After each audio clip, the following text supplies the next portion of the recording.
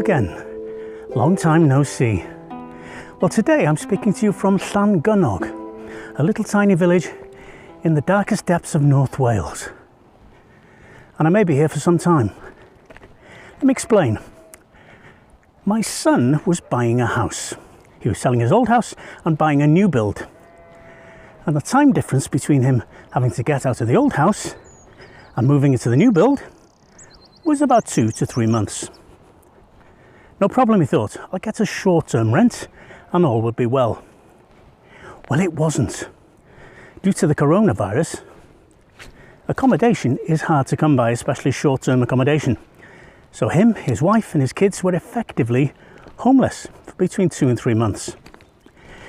Now, my sister and her husband has a holiday caravan down there in Llangynog. So we came up with the idea that me and my wife could move in here for 2 to 3 months, and my son and his family could move into our house until the house he's buying is built. Excellent. But there are some downsides. One downside is that I haven't got my camera equipment. I've got a cupboard full of video stuff at home which I couldn't bring, and I haven't got my desktop computer, which means I haven't got my editor. So all I've got to shoot and edit on is the phone you're looking at me through now. And another downside is this is a dead zone. There are no mobile phone signals, no data signals. There's barely radio and TV signals unless you've got a satellite dish pointing up that way. So if I do manage to film and edit on the phone, to upload it, I'm going to have to either go up the mountain behind me, which is bigger than it looks, and that mountain over there, or right down to the end of the valley behind me to find a signal. Now, assuming I can do all these things, I'll be able to make a video and put it on YouTube. So if you're watching this video, that means I've done those things. Right, let me introduce you to Llangynog. Here we are at the top end of the village, and it's hard to believe that such a quiet place was a hive of industry in Victorian times, with a number of slate mines in operation, as well as a large steam railway station and yard which carried away the quarried stone over the border to England.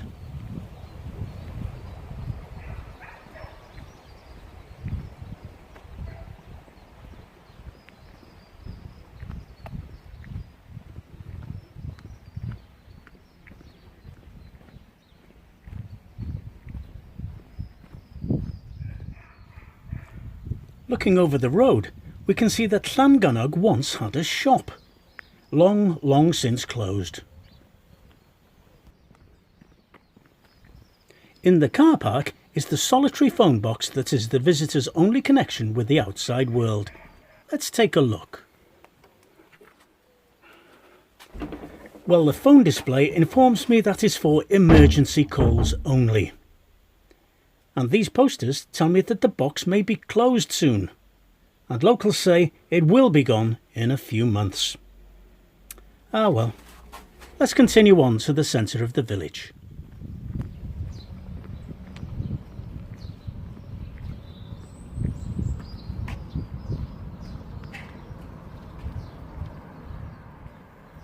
On the right, you can see one of the 2 village pubs, the Tanat Valley.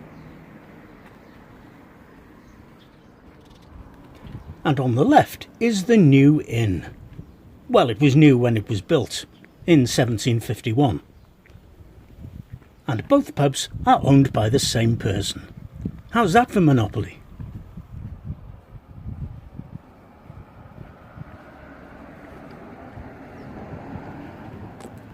And now we'll walk to the chapel on the bridge at the other end of the village, way down the end of the road there. Daffodils are the national flower of Wales. In Welsh, they are known as Cennin Pedyr, or Peter's Leeks, and at this time of the year, after St David's Day, you will see them growing everywhere. A certain sign that spring has come. As are the lovely cherry trees that are now beginning to blossom.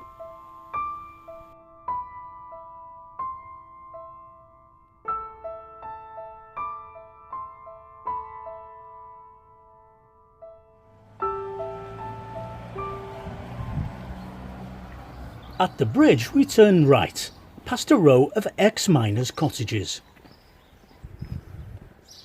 From here we get a magnificent view of the village in the distance.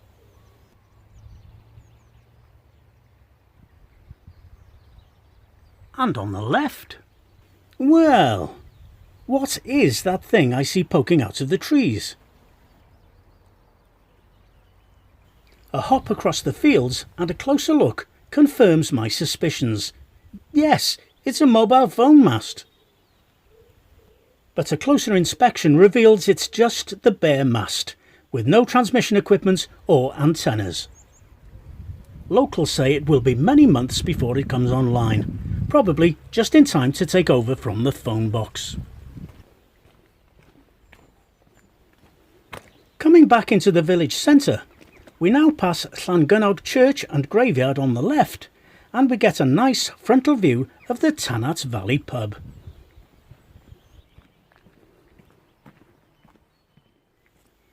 Before COVID restrictions shut the pubs, the new inn here used to be the only location in this village that visitors could go to log on to the internet, and they did it by leeching on the pub's Wi-Fi.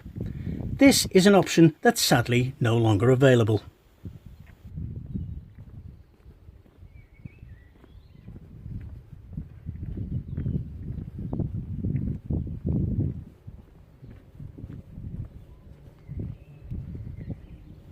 Behind those trees, behind the car park, is the little river I showed you earlier, and alongside that is a footpath. The river is the Afon Tanat, and the footpath will take us to its floodplain. Here the signs of spring are all around, as the gorse begins to blossom next to the clear, cool water of the river.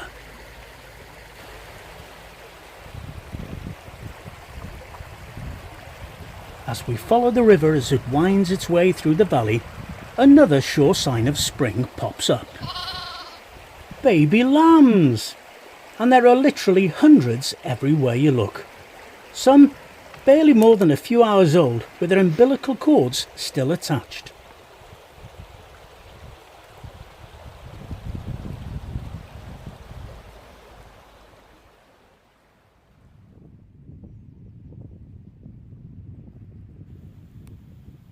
Some babies are guarded by their mothers,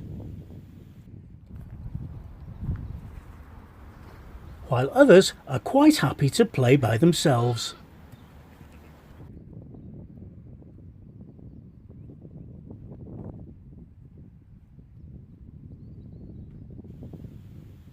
There are also literally thousands of pheasants here, but it's hard to get close enough to get a decent video clip.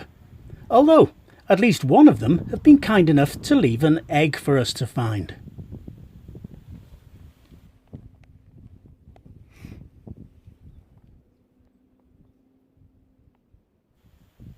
And I'll just pop that back in case Mum's looking for it.